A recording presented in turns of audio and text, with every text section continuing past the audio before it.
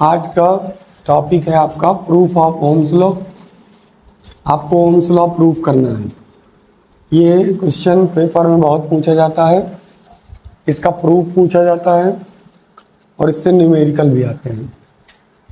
आपको ध्यान से समझना है कि रेजिस्टेंस बेसिकली बनता कैसे है, रेजिस्टेंस में कौन कौन सी क्वांटिटीज़ होती हैं, इसकी प्रॉपर्टीज़ क्या है। तो हमें यहाँ पे प्रूफ करना है। सबसे पहले प्रूफ कर लेते हैं। सबसे पहले आप एक कंडक्टर लेंगे, उस कंडक्टर को ड्रॉ करेंगे।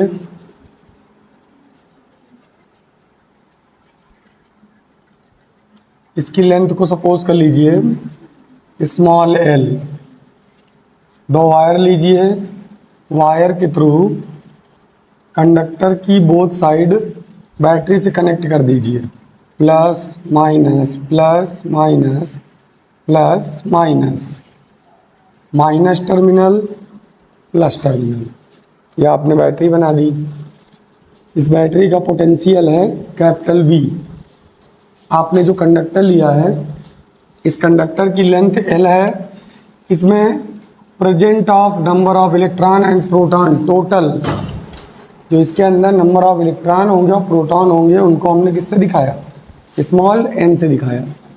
इसके क्रॉस सेक्शन का एरिया हमने दिखाया कैपिटल A, और जो इसके अंदर इलेक्ट्रॉन था उसकी ड्रिफ्ट वेलोसिटी को हमने रिप्रेजेंट किया Vd से। किससे रिप्रेजेंट किया?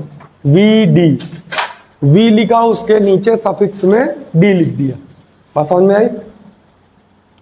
N क्या है? Number of electron. A क्या है? Cross section area. Vd क्या है? Drift velocity. जब पूरी इक्वेशन प्रूफ हो जाएगी तो वेयर में सब कुछ आएगा कि कौन क्या है। अब मान लीजिए कि अगर इस बैटरी में पोटेंशियल है तो इसके इलेक्ट्रिक फील्ड की डायरेक्शन को रिप्रेजेंट कर दीजिए। ये हो जाएगा इसका E एक्सटर्नल, यानी इलेक्ट्रिक फील्ड। सब कुछ आपने रिप्रेजेंट कर दिया।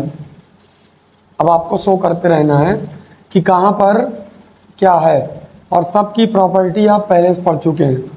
पोटेंशियल आप पिछले चैप्टर में पढ़ चुके हैं, इलेक्ट्रिक फील्ड आप सबसे पहले चैप्टर में पढ़ चुके हैं।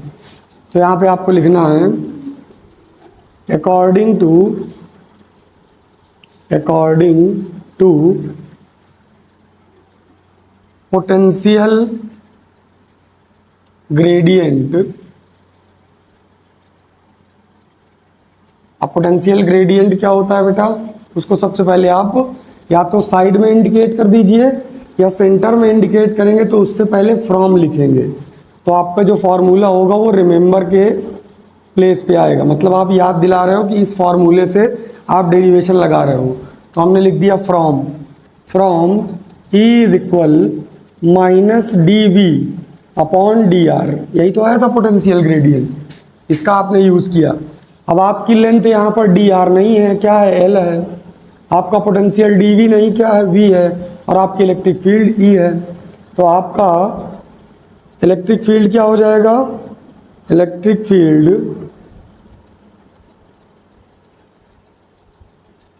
बिटवीन A एंड B, इसको A सपोज कर लीजिए या AB मत सपोज करिए, PQ सपोज कर लीजिए। PQ, क्योंकि A को आपने क्रॉस सेक्शन माना है। बिटवीन PQ के बीच का इलेक्ट्रिक फील्ड क्या होगा? कल हमने समझाया था इलेक्ट्रिक फील्ड कैसे आएगा। E is equal V/L। चाहे हो तो इसको इक्वेशन नंबर 1 सपोज कर लो। आपका हो गया E इज इक्वल V/L। इसके बाद आपको क्या करना है भैया?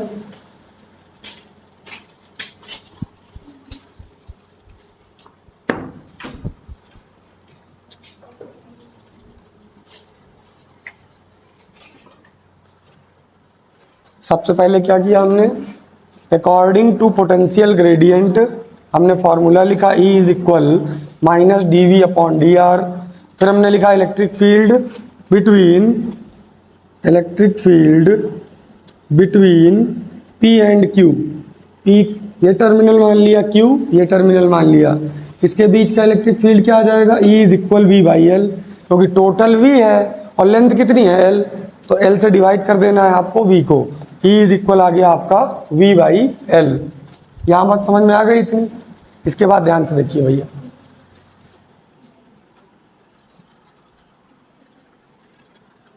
अब आपको इसी डेरिवेशन में सबसे पहले इलेक्ट्रिक करंट का फॉर्मूला लगाना है। Electric current flow between P and Q, P और Q के बीच बहने वाली वैद्युत धारा I इज इक्वल NEAVD, ये फॉर्मूला होता है आपके इलेक्ट्रिक करंट का। अभी इसको प्रूफ नहीं कराया है, अभी इसके जस्ट बाद इसको प्रूफ कराएंगे।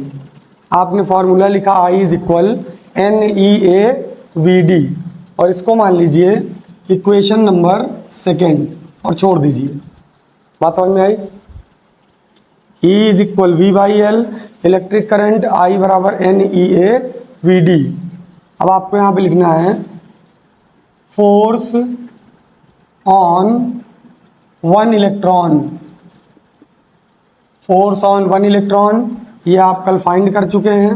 कहाँ से?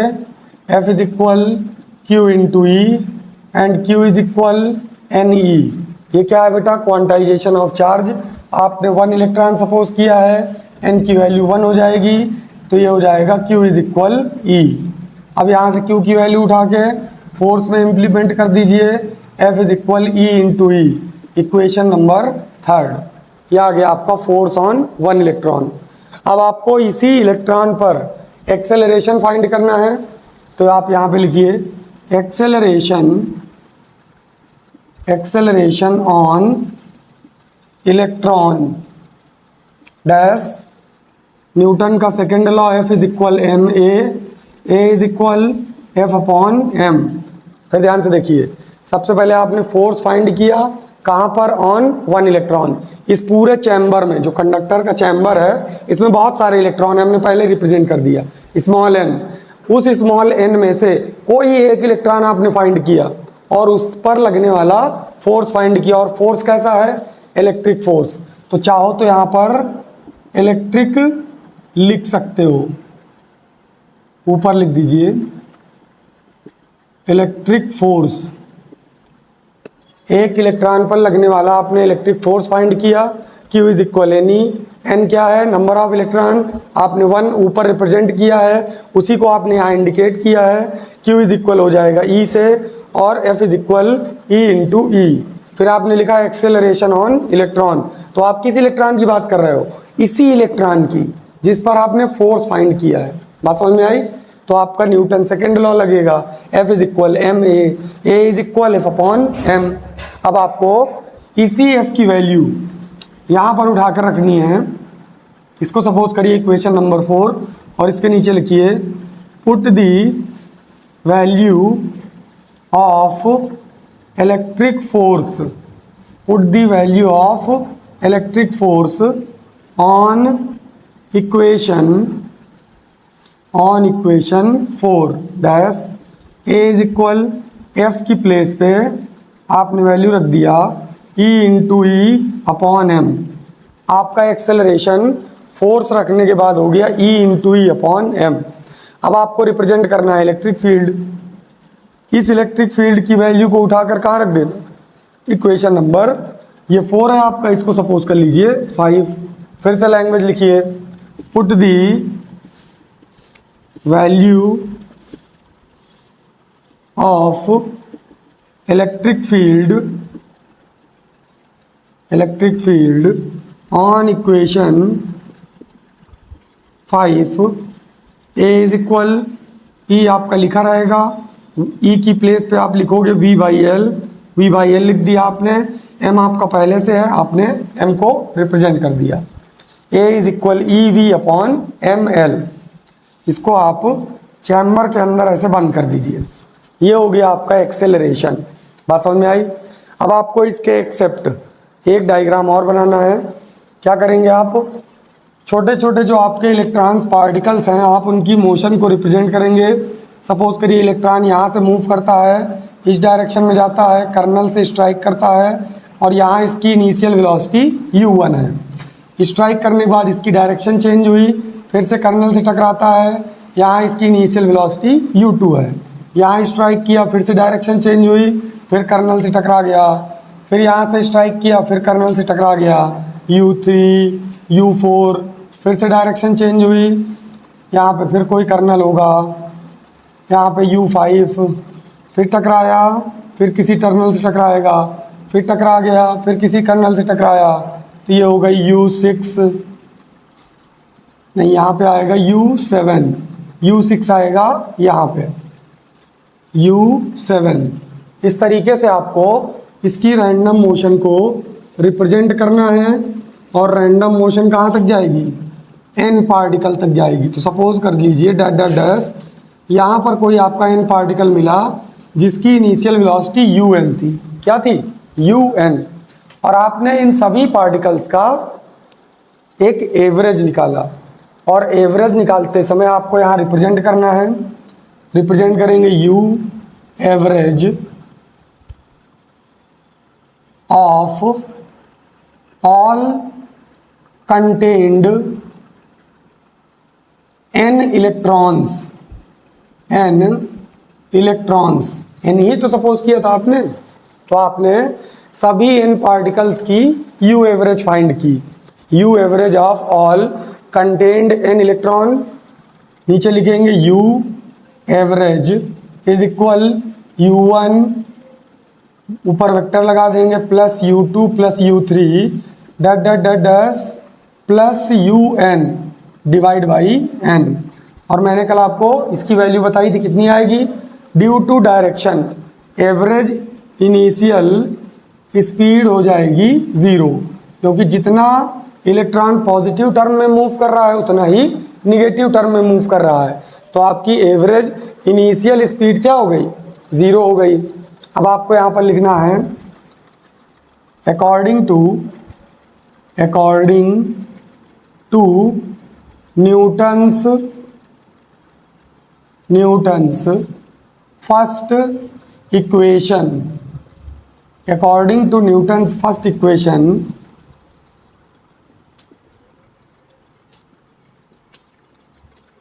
v is equal u plus a t होता है, टी लिखिए अभी, नीचे चेंज करिए, v D is equal u average plus a tau, ये आपने यहाँ रिप्रेजेंट किया। अब आपको सारे n पार्टिकल्स के लिए आपको यहाँ पर इनिशियल वेलोसिटी का फर्स्ट इक्वेशन के टर्म में फॉर्मूला भी रिप्रेजेंट करना पड़ेगा। तो आप क्या करोगे, यहाँ साइड में एक छोटा सा चैम्बर बना लीजिए, यहाँ पर इंडिकेट करिए, क्या इंडिकेट करेंगे, u1 इज इक्वल या v1 is equal u1 plus a tau 1, v2 is equal u2 plus a tau 2, v3 is equal u3 plus a tau 3 that that that that dot dash. कहाँ गए हो बेटा आप, vn, n particle तक गए हैं, तो आपने यहाँ इंडिकेट किया vn is equal un plus a tau n, ये आपने इंडिकेट कर दिया। अब आपने इन सभी की टोटल एवरेज स्पीड बताई है u एवरेज, और इन सब की टोटल ड्रिफ्ट वेलोसिटी क्या है, vd, आपने इंडिकेट कर रखा है। तो vd is equal u average plus a tau, side में कहाँ से आया, एक एक पार्टिकल से आया, बहुत सारे पार्टिकल हैं, उन सब की वेलोसिटी आपने इंडिकेट की है। तो यहाँ पे आपको सेम एज इट इज़ उसी तरह आगे चलना है, vd is equal u average आपका 0, यहाँ से उठा के 0 रख दीजिए, प्लस अब अगर 0 दिखाना है तो चाहो तो यहाँ पर दिखा भी सकते हो पूरी इक्वेशन रख के, ये सारी इक्वेशंस की वैल्यू उठा के आपको यहाँ रखना पड़ेगा। तो आप अगर वैल्यू रख के इंडिकेट करना चाहते हो तो एक लाइन और बढ़ा दो, vd is equal u1 plus a tau 1 bracket close plus u2 plus a tau 2 plus dot that dot dash plus un plus dot that dot dash plus un plus a tau n, यहाँ bracket close कर दीजिए, divide by n। अब इससे u को अलग कर लीजिए, a आपको कॉमन मिल जाएगा, टाउ को फिर अलग कर लीजिए, तो वी डी इज इक्वल आएगा U1 plus U2 plus dot dot dash UN bracket close divide by n plus a common आ जाएगा τ1 plus τ2 plus dot dot dash plus τn divide by n। Side में indicate करेंगे, क्या indicate करेंगे? U average is equal U1 plus U2 plus dot dot dash plus UN divide by n। फिर indicate करेंगे tau is equal τ1 plus τ2 plus dot dot dash τn divide by n। इसको replace करके ये लिखा, इसको replace करके ये लिखा, ये आ जाएगा v D is equal U average plus a tau. U average की प्लेस पे 0 प्लस ए टाउ। अब आपको इस ए की वैल्यू उठा करके यहाँ पर पुट करना है। वी डी इज इक्वल, ये आ जाएगा ए की प्लेस पे e we upon M l tau. ये आपका ड्रिफ्ट वेलोसिटी का फॉर्मूला एज इट इज़ जो हमने कल फाइंड किया था, आज भी उसी तरह आ रहा है। कहाँ से आया था? एक बार आपका रिवीजन भी हो गया ड्रिफ्ट वेलोसिटी का। जिन बच्चों के समझ में कल आया रहा होगा, आज इसको ध्यान से देख लीजिएगा। हमने कल जिस तरीके से ड्रिफ्ट वेलोसिटी फाइंड की थी विद डायग्राम, हमने आज आपको और ज़्यादा एक्सप्लेन से बताया है, और साथ में हम प्रूफ कर रहे हैं प्रूफ ऑफ ओम्स लॉ। बात समझ में आई? अब मुझे लगता है हमारे वाइट बोर्ड में जगह है नहीं, तो इसको नोट कर लेना चाहिए, उसके बाद इसके आगे बताते हैं।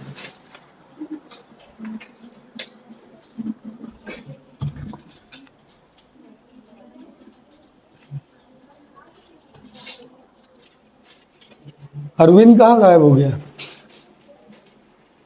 क्यों अमन? अमन जानता होगा और नहीं मिला।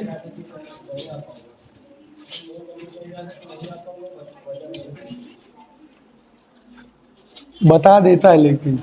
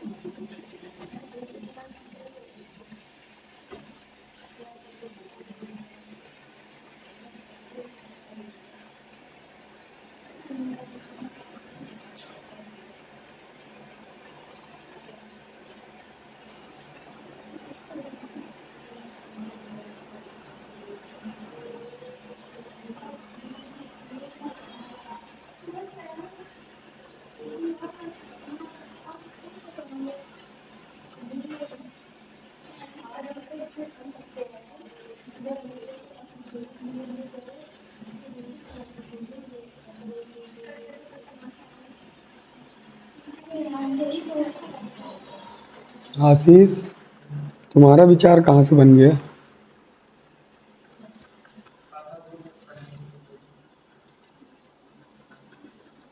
पापा भी हैं, ड्यूटी करते हैं। ट्रांसफर नहीं हुआ? रोज आओगे? रोज आओगे ना?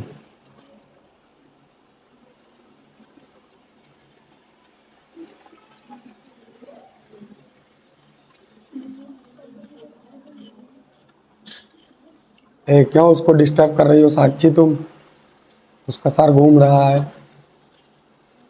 अभी सर घूम रहा है, ज़्यादा डिस्टर्ब करोगी वो पूरी घूमने लगेगी, सीट सहित बाहर चली आएगी, फिर तुमको भी बैठने में दिक्कत होगी।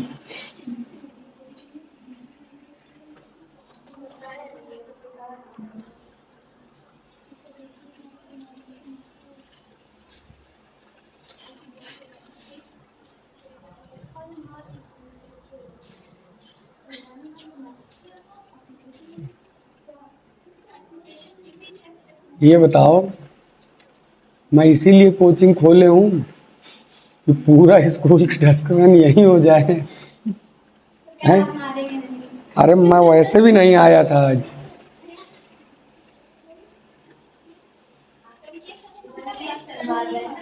मैंने नहीं मारा आज।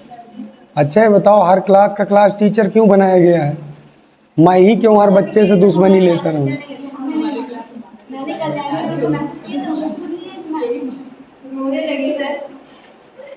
कौन? उसके अंदर की पीड़ा निकल रही है।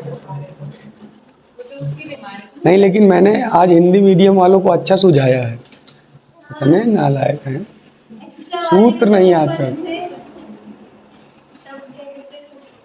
नहीं, मैंने इसलिए मारा था कि ये सूत्र नहीं याद करके आए थे।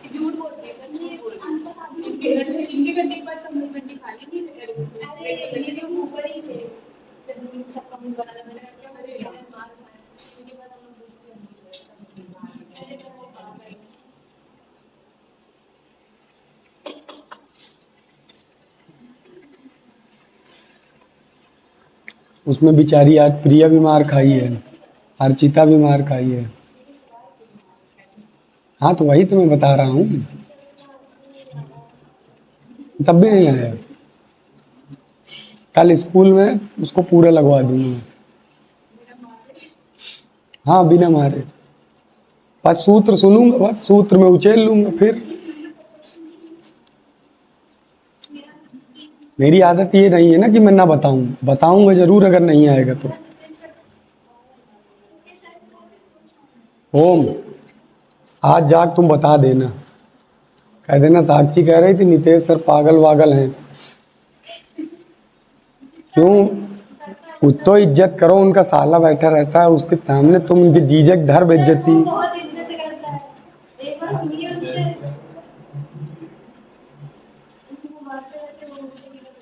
तुमको भी मारते हैं क्या? अरे राम राम राम। सारी खुदाई एक तरफ, जोरू का भाई एक तरफ, फिर भी मारते हैं। मैं होता तो अगले दिन दीदी को भेजता ही नहीं। और क्या?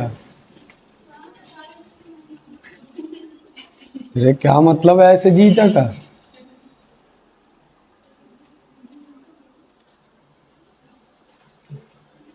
ये इस बात सुन के तो आज मेरा भरोसा उठ गया समाज से।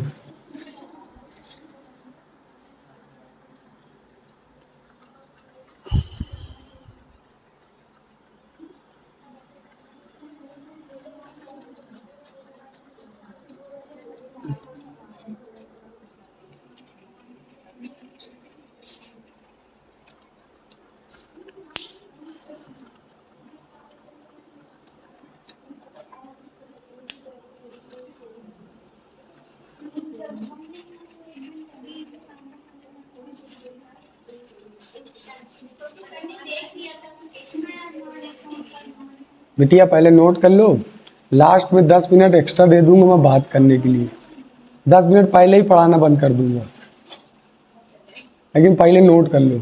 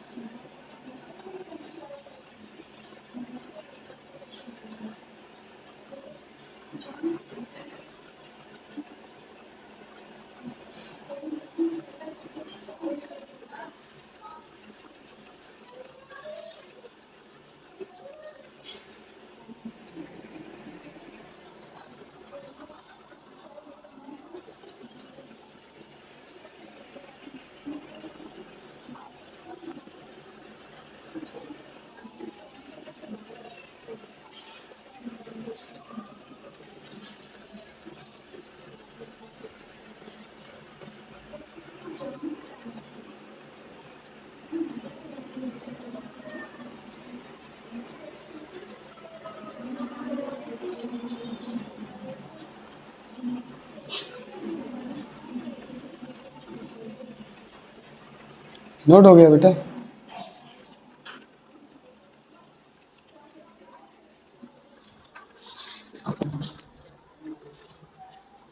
जहां तक नोट हो गया वो बताना। ये हो गया, ये हो गया।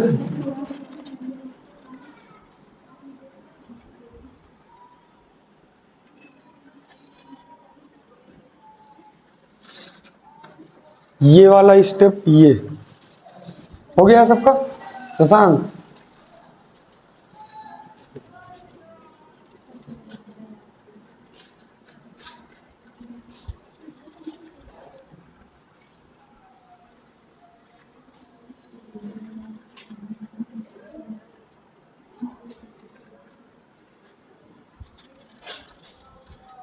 चल बेटा देखो बोर्ड में जहां तक लिख गया रुक जाओ, पहले समझो, नोट करना बंद कर दो, पहले बोर्ड में ध्यान से समझिए। आपकी ड्रिफ्ट वेलोसिटी आ गई है V D is equal E V M L multiply by tau. बीच में हमने एक प्लेस में इक्वेशन लिखी थी इलेक्ट्रिक करंट की, I is equal N E A V D. इस वैल्यू को उठा करके उस इक्वेशन में रखना है, और मेरे ख्याल से मुझे लगता है इक्वेशन नंबर 2 माना था मैंने उसको। तो यहाँ लिखेंगे language, put the value of drift velocity on equation second dash I is equal N E A, और वी डी की वैल्यू उठाना है ये पूरी, इसको उठा के रख देना है इक्वेशन सेकेंड में E we upon M L bracket के बाहर टाउ। बात समझ में आई? E we upon M L को हमने ब्रैकेट में लिखा और टाउ मल्टीप्लाई में उसको बाहर लिख दिया। अब अगर आप ओम्स लॉ को देखो तो ओम्स लॉ क्या होता है? ओम्स लॉ होता है V is equal I R, V upon I का रेशियो। तो अगर हम V और I को एक तरफ कर दें, V आपका पोटेंशियल है capital V upon I is equal capital R, यही तो होता है फॉर्मूला आपका। तो आपको अपनी इस इक्वेशन में वोल्टेज को और करंट को वन साइड ले जाना है, और बाकी जितनी भी क्वांटिटीज आई हैं नेचुरल क्वांटिटीज उन सबको वन साइड पे लाना है। तो ध्यान से देखिए, V आपका राइट साइड पे है, I को राइट साइड भेज दीजिए, बाकी सबको लेफ्ट साइड ले आइए। सबसे पहले एम एल अपॉन एन नीचे आएगा, E 2 बार लिखा है तो आप इसको स्क्वायर के टर्म में लिखेंगे, A और साथ में tau is equal V upon I. ध्यान से देखिए, I को नीचे ले गए, ML को ऊपर लाए, N E मल्टीप्लाई हो गए, E स्क्वायर बन गया, A नीचे आया और टाउ नीचे आ गया। अब ये जो पूरी क्वांटिटी आपके सामने लिखी है, ये एक्चुअल में ये रेजिस्टेंस होता है। मतलब किसी भी वायर में अगर करंट का फ्लो रुक रहा है किसी रीजन की वजह से, तो उसमें एक अकेला कोई कंपोनेंट अपराधी नहीं है, अपराधी ये सभी हैं। उस कंडक्टर का मॉस, उस कंडक्टर की लेंथ, उस कंडक्टर में जितने इलेक्ट्रॉन्स हैं, उस कंडक्टर में उन इलेक्ट्रॉन्स पे जितना चार्ज है, उसका एरिया और श्रांतिकाल, रिलैक्सेशन टाइम बताया था कल, जहाँ जहाँ वो रेस्ट करता है, ये पूरी नेचुरल वैल्यू आपकी रेजिस्टेंस कहलाती है। तो इस पूरी वैल्यू को रिप्लेस करके आप लिखोगे R is equal m l n e square a tau. बात समझ में आई? यहाँ पे इसको रिप्लेस करके आप यहाँ आर लिख सकते हो, तो V अपॉन आई किसके बराबर होता है, आर के बराबर होता है। और यहीं पे ओम ने बताया था इफ़ टेम्परेचर इज कांस्टेंट, अगर हम टेम्परेचर को कांस्टेंट कर दें, साथ में प्रेशर को कांस्टेंट कर दें, प्रेशर कांस्टेंट, और साथ में ह्यूमिडिटी को कांस्टेंट कर दें, ह्यूमिडिटी इसको भी कांस्टेंट कर दें, तब जा करके किसी वायर में उसके वोल्टेज और करंट का जो रेशियो होता है वो क्या होता है, आर के बराबर होता है। मतलब उसके कहने का मतलब समझिए, जो साइंटिस्ट आपसे कहना चाह रहे हैं उनके कहने का मतलब ये है कि जब ये सारी प्रॉपर्टीज़ कांस्टेंट होंगी तो V और I का रेशियो कांस्टेंट होगा। मतलब उस कंडक्टर में जो आपने L लिया था उसमें पोटेंशियल और इलेक्ट्रिक करंट सेम रेशियो में रहेंगे। अगर ऐसा होता है तो, और अगर ऐसा नहीं है तो बेटा R जो आपका कांस्टेंट लिखा हुआ है, जनरली इसको सब लोग कांस्टेंट समझते हैं, ये कांस्टेंट तभी है जब ये कांस्टेंट है। अगर इनमें से कोई एक नेचुरल वैल्यू डिस्टर्ब हुई, सपोज करो जहाँ पर एक्सपेरिमेंट किया जा रहा है, अगर उसका टेम्परेचर, उस रूम का टेम्परेचर इंक्रीज और डिक्रीज हो रहा है, तो आर कभी भी कांस्टेंट नहीं है, ये वेरिएबल होता है। बात समझ में आई। गर्मी के मौसम में जो आपके एटमॉस्फेयर में वायर लगे हैं जहाँ करंट का फ्लो हो रहा है, वो टूट कर गिर क्यों जाता है, उसके गिरने का रीज़न है क्योंकि एटमॉस्फेयर का टेम्परेचर कांस्टेंट नहीं होता है, कि नेचर ने 32 डिग्री सेल्सियस पे सनलाइट सुबह दी और दोपहर में भी सनलाइट सुबह जितनी थी उतनी ही रहे, शाम को भी उतनी रहे। जैसे जैसे सन राइज करता है वैसे वैसे टेम्परेचर क्या होता है, इंक्रीज होता है। तो एटमॉस्फेयर के लिए ये फार्मूला वैलिड है ही नहीं, ये फार्मूला ओनली वैलिड है लेबोरेटरीज के लिए, चाहे वो फिजिकल हो चाहे वो केमिकल हो। अगर आप वहाँ की लेबोरेटरी का टेम्परेचर, प्रेशर और ह्यूमिडिटी ये सब कांस्टेंट रखेंगे, तब जा कर के कहीं वोल्टेज और करंट का रेशियो क्या आएगा, कैपिटल आर के बराबर आएगा। बात समझ में आई। अब इसी से ये जो आपका ये लिखा हुआ है, आपका ओम्स लॉ प्रूफ हो गया। यहाँ तक आप ये लिखोगे, इसको इंडिकेट करोगे, फिर आप ये सारी वैल्यू वेयर करके लिख सकते हो। तो मैं अभी लिख दूंगा वेयर करके। उससे पहले एक चीज़ समझिए, R is equal rho L upon A, resistance का ये फार्मूला होता है। ये बेटा बना कहाँ से, ये इसी से बना है, ये जो कांस्टेंट वैल्यू आई है, R is equal m l n e square a tau. Actual में रजिस्टेंस पर को केवल दो ही कंपोनेंट इफेक्ट करते हैं। कौन कौन इफेक्ट करता है, एक तो लेंथ और दूसरा उसका एरिया। बाकी जो वैल्यू होती हैं ये कांस्टेंट होती हैं किसी भी कंडक्टर के लिए। तो रो इज इक्वल जो वैल्यू होती है वो होती है m n e square tau. अगर हम कंडक्टर की बात कर रहे हैं तो अभी मैं आपको समझाऊंगा आगे, जब इफेक्ट ऑफ टेम्परेचर आएगा रेजिस्टेंस में, वहाँ मैं आपको कंडक्टर की प्रॉपर्टी भी बताऊंगा, नॉन कंडक्टर की बताऊंगा, एलओएस की भी बताऊंगा। अब जितने भी दुनिया में जितने कंडक्टर पाए जाते हैं, पर्सनली खुद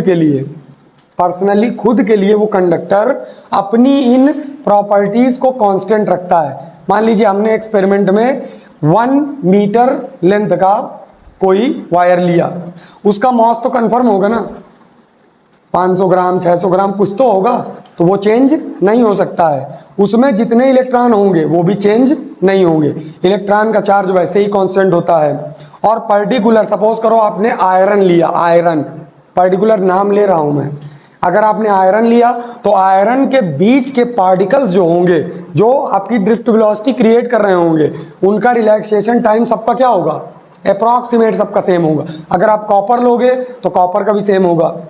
मतलब पर्टिकुलर एक मेटल की बात कर रहा हूं मैं, तो ये पर्टिकुलर एक मेटल के लिए, मतलब उस मेटल की तो रजिस्टिविटी, इसको बोलते हैं रजिस्टिविटी।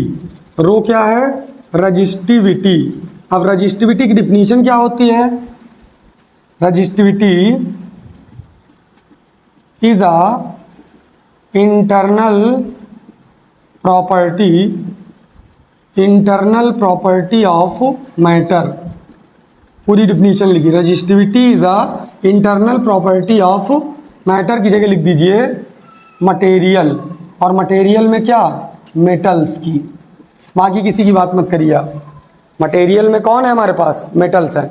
तो रजिस्टिविटी किसी के अंदर का गुण है, आंतरिक गुण है ये, इसको बाहर से चेंज नहीं किया जा सकता। जैसे फॉर एग्जांपल समझिए, अगर हमने 1 मीटर लेंथ का आयरन का वायर लिया, हमने आयरन वायर लिया, इस आयरन वायर की रजिस्टिविटी जितनी होगी, अगर हम 2 मीटर लेंथ का वायर लें, अगेन आयरन वायर लिया, अब जितनी रजिस्टिविटी 1 मीटर की होगी उतनी रजिस्टिविटी 2 मीटर की भी होगी।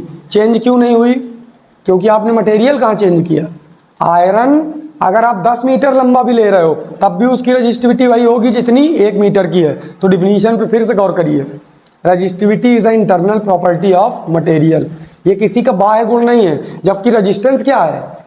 Resistance is a external property of material, ये किसी भी पदार्थ का एक्सटर्नल गुण होता है, इसको बाहर से चेंज किया जा सकता है। अगर आप किसी भी कंडक्टर की लेंथ बढ़ा दो, रेजिस्टेंस बढ़ जाएगा, उसका एरिया बढ़ा दो, उसका रेजिस्टेंस डिक्रीज हो जाएगा।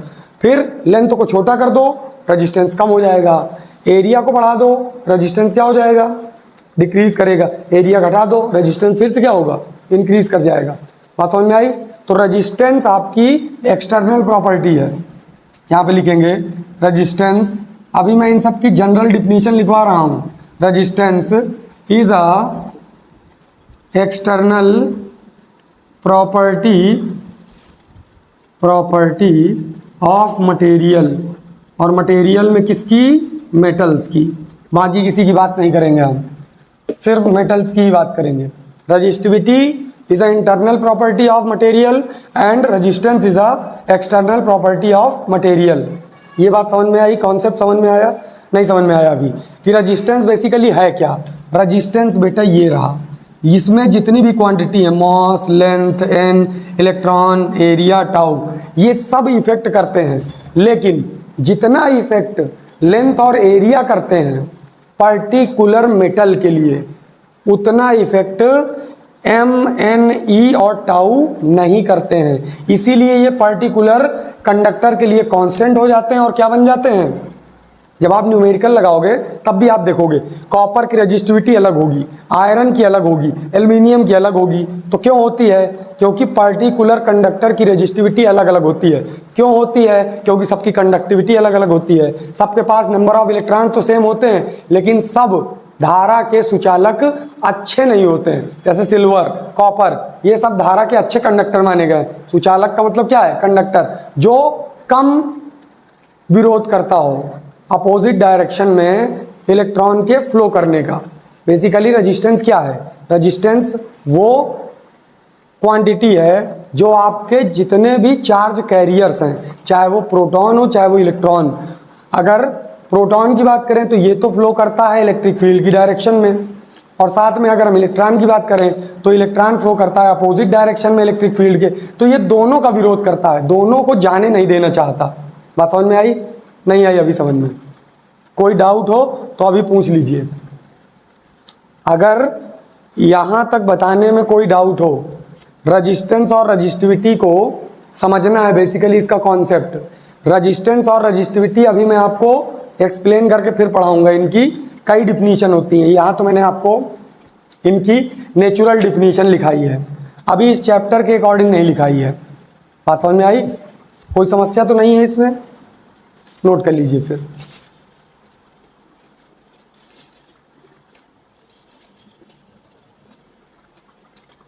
नोट करिए आप, तब तक मैं वेयर लिख देता हूं आपका। वेयर एम क्या है? Moss of electron. एन क्या है? Number of electron. ए क्या है? Cross section area, cross section area. Tau क्या है? Relaxation time, relaxation time. और क्या आया था? एम हो गया, एन हो गया, ए हो गया, टाउ हो गया, L. Length of conductor, length of conductor. फिर बात करेंगे हम, एम हो गया, एन हो गया, E. Charge on electron, charge on electron. V क्या है? Potential difference, potential difference. I क्या था? Electric current.